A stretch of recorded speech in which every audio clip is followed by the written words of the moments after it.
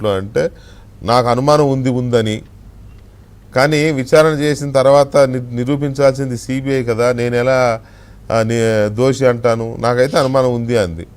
నేను మిమ్మల్ని అడుగుతున్నా, ఈ హత్యలో డైరెక్ట్గా పాల్గొన్నది మీరు 4-5 డైరెక్ట్గా చేసిన వాళ్ళు.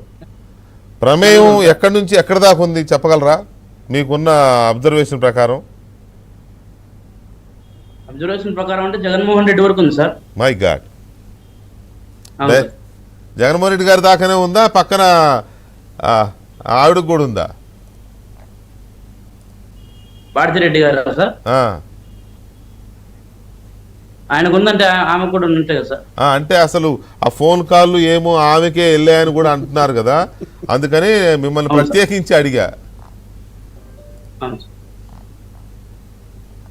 ఖచ్చితంగా వాళ్ళ పాత్ర అయితే ఉంది సార్. తొందరలో సిబిఐ తేల్చే పనిలో కూడా ఉంది సార్.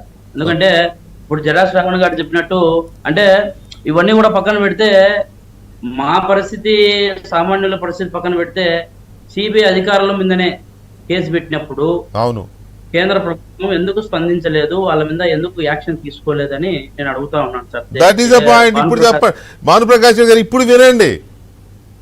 ఇప్పుడు వినండి భాను గారు, ఆయన అడిగిన ప్రశ్న అప్రూవర్గా అడగండి, మీరు అడగండి, నేను మళ్ళీ అడుగుతాలే భాను గారు. దస్తగిరి గారు మీరు అడగండి. ఇప్పుడు మా పరిస్థితి పక్కన పెట్టండి సార్, మా పరిస్థితి పక్కన పెట్టి సిబిఐ అధికారుల మీదనే, అంటే రామ్ సింగ్ గారి మీద కేసు పెట్టి ఆయనను ప్రలోభాలకు గురి చేసి భయభ్రాంతులకు గురి చేసిన పరిస్థితి కనబస్తా ఉంది కళ్ళకు కట్టినట్టు. అయితే అప్పుడు సిబిఐ అధికారి మీద, అంటే సిబిఐ అంటే సెంట్రల్ గవర్నమెంట్, అంటే బీజేపీ గవర్నమెంట్ ను ఎవరో అవమానించలేదు, అనుమానించలేదు సార్.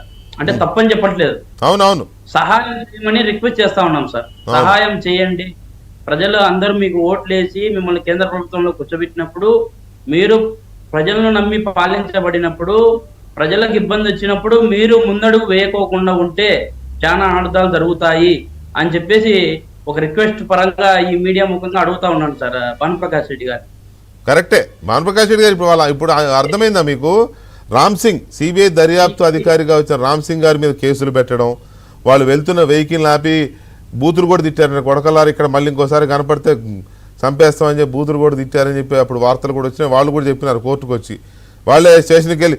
ఇక దరిద్రం ఏంటంటే సిబిఐ వాళ్ళు పోలీస్ స్టేషన్కి వెళ్ళి కేసు పెట్టారు, మమ్మల్ని ఎవరో బెదిరించారని.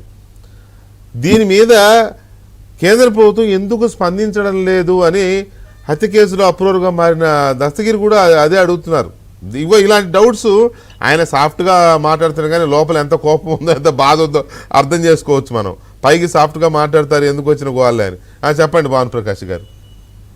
దస్తగిరి గారు, మీరు ఏ విధంగా బాధపడుతున్నారో ఈరోజు సునీతమ్మ గారికి న్యాయం జరగాలని చెప్పి మేము కూడా కోరుకుంటున్నామండి. సునీతమ్మ గారికి న్యాయం జరగాలి, ఖచ్చితంగా నిందితులకు శిక్ష పడాలి.